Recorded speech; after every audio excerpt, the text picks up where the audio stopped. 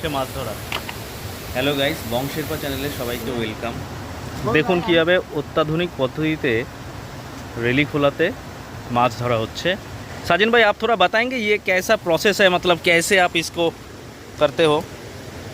ये घेरा जो आपने बनाया है पत्थर से, मतलब इसमें क्या कैसे आपका मछली आएगा इसमें? ये सर ऐसा है, इसका घर है जो वो लोग को ठंडी होगा ना, ठंडी होगा वो खेलते खेलते आके उसको अंदर कूर बना के देते हैं हम लोग। कूर वो पत्थर का कूर बना देते हैं, उसको अंदर वो चेप ऐसे ये पत्थर होते हैं, पत्थर को नीचे हम लोग इतना गोल सा छोटा पत्थर रखते हैं और बड़ा पत्थर रख के इसको जो इसको अंदर रहेगा ना उसको पूरा गर्मी आएगा, थोड़ा गर्म होगा।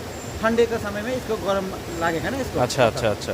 तो तो इसमें आप कोई खाना देते हैं, इसके अंदर नहीं देते हैं? कुछ नहीं देना है हम लोग को, सिर्फ ऐसे करके रख के हम लोग 15-20 दिन लगेगा। 20 दिन में हम लोग सीधा खुल जाएगा, फिर मछली उसमें देखेगा। आप अभी भी देख सकते हो, आपको जितना मछली है वो सारा 2 किलो भी हो सकता है, 1 किलो भी हो सकता है, बाप रे, अब 200 ग्राम भी हो सकता है। इसमें कोई गारंटी नहीं होता है इसको।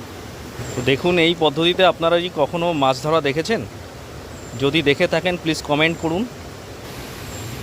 এবার এই পাথরগুলোকে উপরে তোলা হচ্ছে।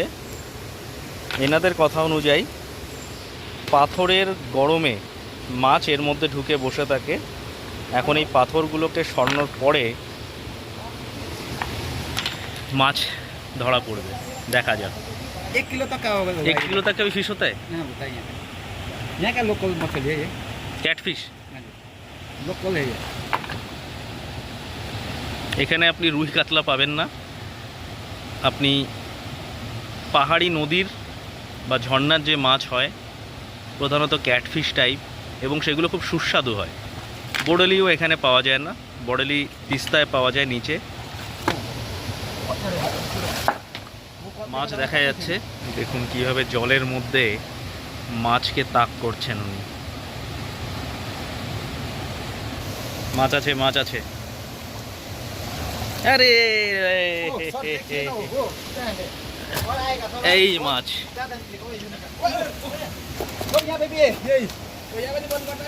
এই মাছ দেখুন। Please subscribe my channel Bongsherpa, and if you like my video, please share and comment. এই এই এই মাছ। আসুন আভা হিলটপ হোমস্টে আর এরকম রেলি রিভারে এসে মাছ ধরে খাওয়ার আনন্দ নিন। देखिए सर, इधर भी आया है, इधर भी आ रहा है। ও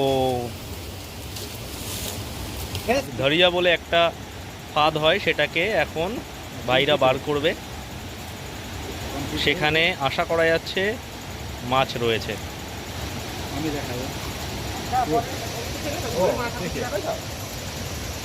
एक तो बड़ा भी है, দেখুন কত মাছ উঠেছে।